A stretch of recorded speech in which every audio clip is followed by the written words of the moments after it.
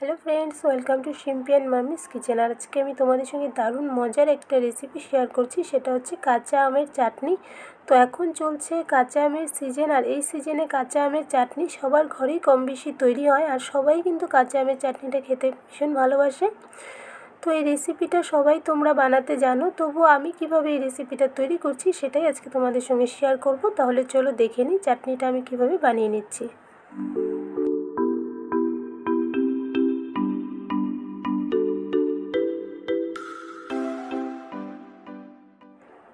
সবার প্রথমে আমি এখানে কিছু আম নিয়েছি, আমগুলো চোচা ছাড়িয়ে নিয়েছি, নিয়ে এরকম একটা গ্রেটারের সাহায্যে এটাকে গ্রেট করে নিচ্ছি। আর এই গ্রেটারের মোটা দিকটা দিয়ে আমি কিন্তু গ্রেট করব। তো এটাকে ভালো করে গ্রেট করে নিচ্ছি। তোমরা চাইলে এটাকে কুচি করে কেটে নিতে পারো, আর এভাবে কুচি করে চাটনিটা কিন্তু খেতে একটু অন্যরকমই টেস্ট হয়। তো এটাকে তোমরা অবশ্যই গ্রেটারে গ্রেট করে বা কুচি করে নিয়েই করার চেষ্টা করবে। তো আমগুলোকে আমি গ্রেট করে নিচ্ছি, আর আমের যে বীজগুলো আছে সেগুলো কিন্তু আমি ফেলবো না, যেহেতু আমের বীজটা একটু শক্ত হয়েছে, তাই এই বীজগুলোকেও আমি চাটনির মধ্যে ইউজ করব। তো বীজটাকেও আমি রেখে দিয়েছি। দেখো আমটা আমার গ্রেট করে নেওয়া হয়ে গেছে, আর এদিকে আমি একটা কড়াই বসিয়ে দিয়েছি। এর মধ্যে কিছুটা পরিমাণ দিয়েছি সর্ষের তেল, ওই তেলের মধ্যে দিয়েছি দুটো শুকনো লঙ্কা ফোড়নে, আর এর মধ্যে আমি দিয়ে দিচ্ছি অল্প কালো সর্ষে। আর আমের চাটনিতে কিন্তু কালো সর্ষেটাই ভালো লাগে ফোড়নে। তো এটাকে একটু ভেজে নিয়ে এর মধ্যে আমি কাঁচা আম যেটা কুড়িয়ে নিয়েছিলাম আটি সহ দিয়ে দিয়েছি, আর ওর সঙ্গে আমি 3-4টে কাঁচা লঙ্কা চিড়ে দিয়েছি। দিয়ে এটাকে একটু ভালো করে মিশিয়ে নিয়ে এর মধ্যে দিয়েছি লবণ টেস্ট অনুযায়ী, আর অল্প একটু দিয়েছি হলুদ গুঁড়ো। দিয়ে এটাকে এবার আমি ভালো করে মিশিয়ে নেব। আর চাটনির মধ্যে কিন্তু হলুদ খুব একটা বেশি ভালো লাগে না, তাই হালকা একটু হলুদ দিয়েছি কালারের জন্য। দিয়ে এটাকে আমি ভালো করে মিশিয়ে নিচ্ছি হলুদটাকে। দেখো, আর এই চাটনিটা হতে কিন্তু খুব বেশি সময় লাগে না, যেহেতু গ্রেটারে গ্রেট করে দেওয়া হয়েছে, তাই খুব তাড়াতাড়ি এটা নরম হয়ে যায়।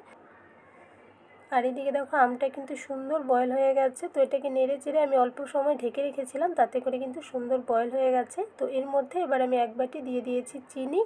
তো চিনিটা দিয়ে এটাকে ভালো করে আবারও একটু মিশিয়ে নিচ্ছি। আর এখানে চিনির পরিমাণটা তোমাদের টেস্ট অনুযায়ী তোমরা কম বেশি করে নেবে। কেউ যদি একটু টক টক চাটনি খেতে পছন্দ করো তাহলে চিনিটা একটু কম দেবে, আর যদি কেউ মিষ্টি খেতে পছন্দ করো চাটনিতে বেশি, তাহলে চিনির পরিমাণটা একটু বাড়িয়ে দেবে। তো চিনিটা ভালো করে মিশিয়ে নিয়ে এটাকে আমি কিছুক্ষণ জাল করে নিচ্ছি। দেখো চিনিটা কিন্তু গলে গিয়েছে, সুন্দর চিনিটা গলে গেছে। তো এটাকে আবারও একটু ভালো করে নেড়ে চেড়ে এর মধ্যে আমি দিয়ে দিচ্ছি এক বাটি গুড়।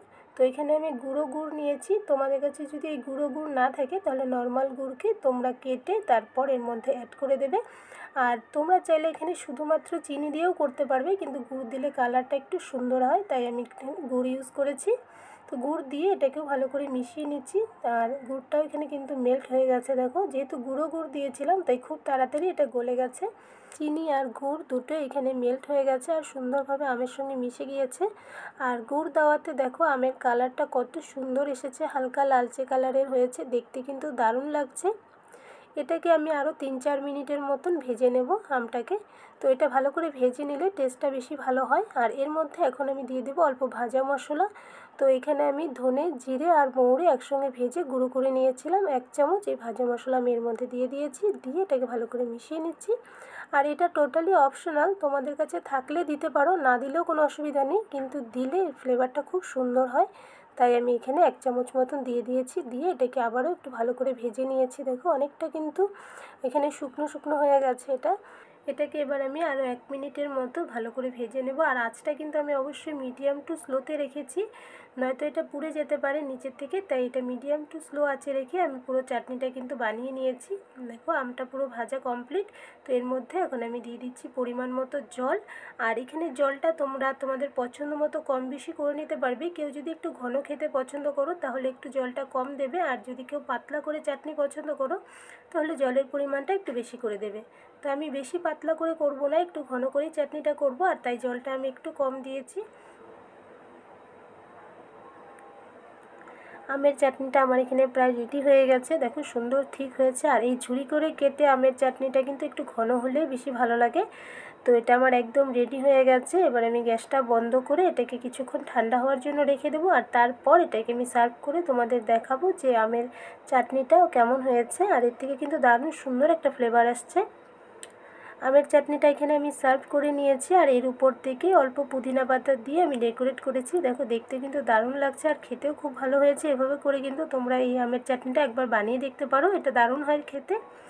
তো এই চাটনির রেসিপিটা তোমাদের কাছে কেমন লাগলো কমেন্টস করে আমাকে জানিও। ভালো লাগলে একটা লাইক দিও, আর আমার চ্যানেলে নতুন হয়ে থাকলে এরকম আরও নতুন নতুন ভিডিও পাওয়ার জন্য আমার চ্যানেলটাকে প্লিজ সাবস্ক্রাইব করে নিও। সাবস্ক্রাইব করে পাশে থাকা বেল আইকনে অল বাটনসে প্রেস করে দেবে, তাহলে আমার চ্যানেলে আপলোড করা যে কোনো নতুন ভিডিও নোটিফিকেশন তোমরা সবার প্রথমে পেয়ে যাবে। তো এরকমই আরও একটা নতুন রেসিপি নিয়ে আবারও দেখা হবে। তাহলে আজকের জন্য বাই বাই।